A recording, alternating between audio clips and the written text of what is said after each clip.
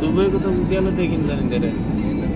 Malaysia अलि उज्यालो देखिन्छ यहाँ त अँध्यारो छ अँध्यारो देखिरहेको छ यहाँ त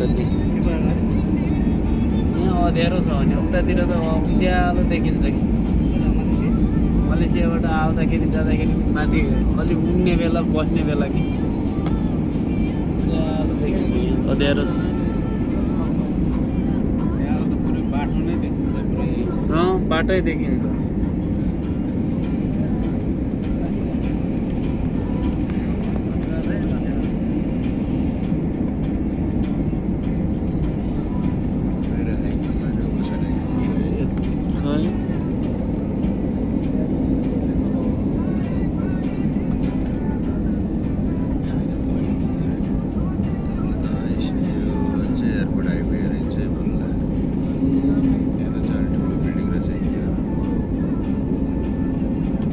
हजुर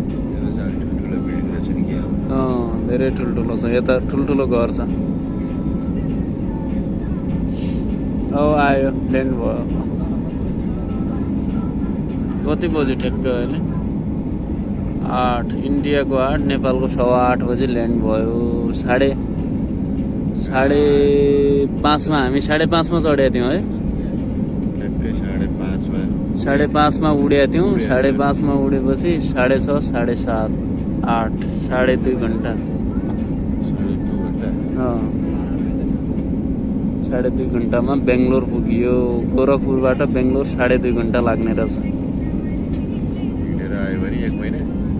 हिँडेर आयो भने त 1 महिनै लाग्ला